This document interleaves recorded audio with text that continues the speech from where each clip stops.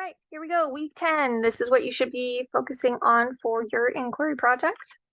Um, this is specifically just for week 10. You are going to need that rough draft of your inquiry project ready to post to the workshop discussion board on October 28th by 11:59 p.m. It's just your rough draft. That's all you're responsible for posting on the 28th for the inquiry project. For the rough draft, you are going to need at least half of the overall paper length for the track that you chose. Remember, there's the traditional track, there is the album track, and there's the board game track. They all have slightly different paper lengths. You're going to just need at least half. You will be posting that. If you are late, it's going to cause issues because you're not going to potentially get feedback from somebody else. And I do not have enough time to go and look at everybody's rough draft. So you really need to take advantage of this. That's all you should be working on for your inquiry project for this week. We're going to touch on young adult literature partly this week, and we'll touch it a little bit later. This is an introduction to children's literature course. However, towards the beginning, we talked about how children defining that age group has been really messy and wishy-washy, and it still depends today on who you're talking to and kind of their perspective. So we are going to talk about young adult literature a little bit just so that we're covering all of the age range potentials when people are talking about children's literature. Young adult literature is still really young, and that's really strange to think of because I think a lot of us tend to think of young adult literature as like one of the bigger genres for kids to read. Um, the reason why it's young is because in society, specifically in the US, there had only been two ways to categorize people. You had children and you had adults. There were no young adults for a very long time. It wasn't until the 1900s that we started getting a separation from children to young adult to adult. And the reason that happened is because of schools. So, young adult literature didn't pop up, it wasn't created until we had a culture for youth that developed. Because there was no reason to turn around and make a specific literature for a specific group of people that didn't exist. There was only literature that was being created for children and adults. So, young adult literature couldn't exist. Youth culture ended up developing because of schools. It was the first time where you had a collective group of young people who were able and supposed to gather together and create a community. So schools did help do that. Yes, they were learning skills and stuff like that, but it was the first time that kids were able to be kind of kids and not have to work immediately and get together and hang out and kind of develop what did they like doing versus what did children like doing versus what adults liked doing. Young adult literature, historically, when it first developed, focused on high school social life, dances, and dating. That was it. Those were the only options. Um, all of the characters, all of the young adult books focused on the innocence of young adult people. There was no mention of smoking or drinking or drugs at all in any capacity.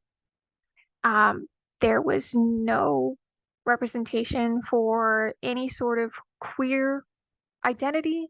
There was no violence, so no gang members or gang affiliations were allowed to be represented. Um, and there was no um, representation for anybody that was experiencing um, like emotional trauma or issues with regulating their own emotions. There was also no representation of young adults being the victim of any sort of abuse. So if you were a young adult character when young adult literature was first developed, you were always happy. You were always hanging out with good people. You always had a good family. You always had good siblings. You got along with your siblings. You never got into trouble. Your only concern was whether or not you wanted to date somebody or not. That should sound pretty freaking boring and also like really weird. Um, because of all of this, the young adult literature only focused on these types of characters. Most young people didn't actually read young adult literature or they were forced to read it because most of them weren't in these books. They were invisible. They were about versions of young adults that didn't exist. And this was the trend for 60 years.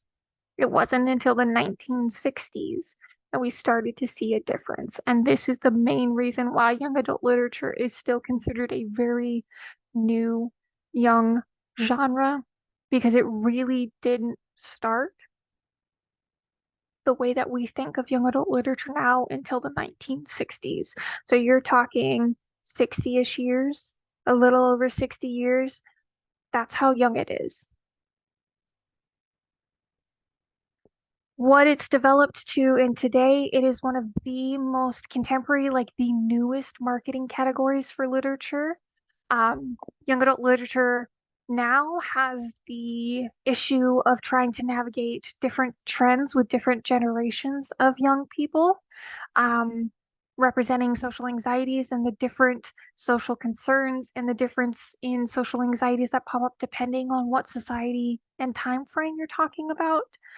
Um, there's a huge push in marketing and um, writers, like authors, to try and make each generation in young adult literature have like its own like unique stories, which gets kind of like hierarchical of like, well, this certain age group was like the best example of young adult literature and young adults because this is what they were able to accomplish, and it gets a little like gross.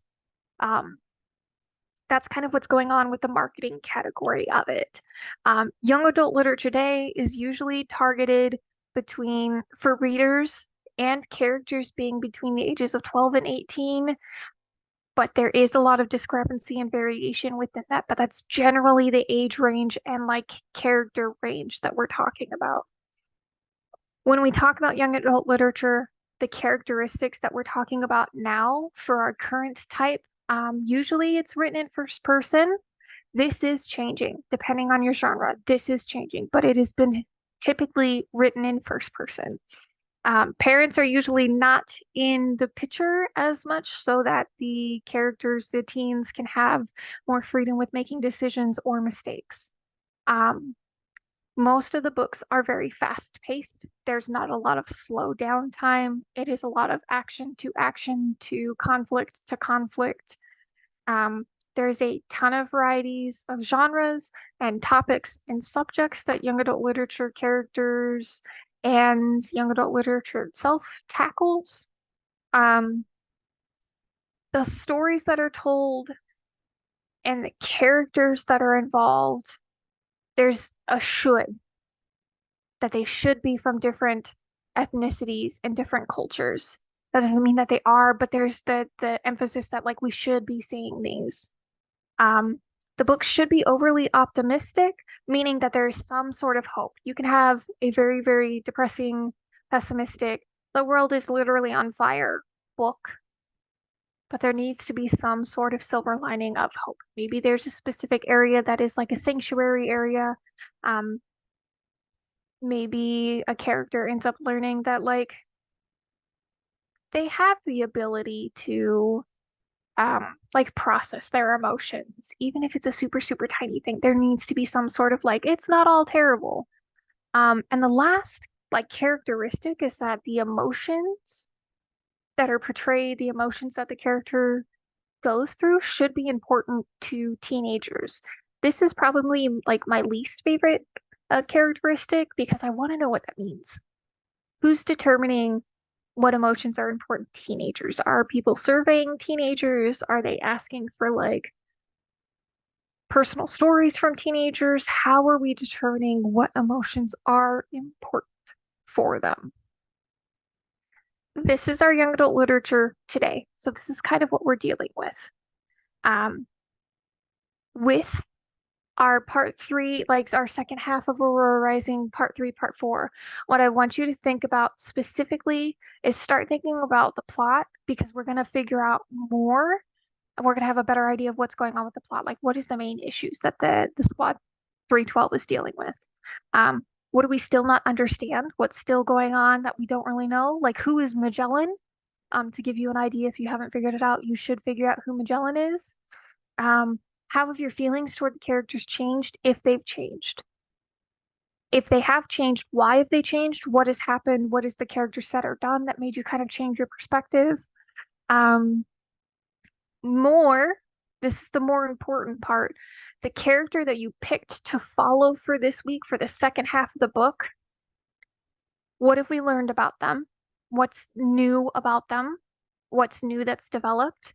How have they changed? Um, what is their role for Squad 312 and why are they important? If they were not in Squad 312, how would the squad work? What does this character bring? Do they bring skills? Do they bring emotional like abilities? Do they bring um like social what are they contributing to the squad? And then why is that specific character important to the overall story? What would happen if they weren't there? What do they help move in terms of plot and the story?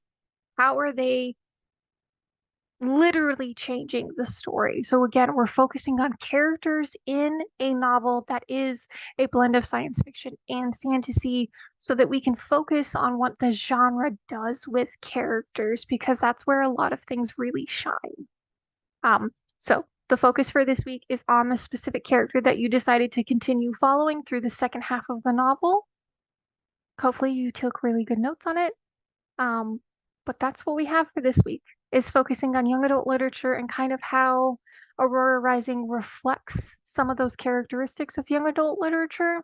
But also just like on a basic level, what's going on with these characters.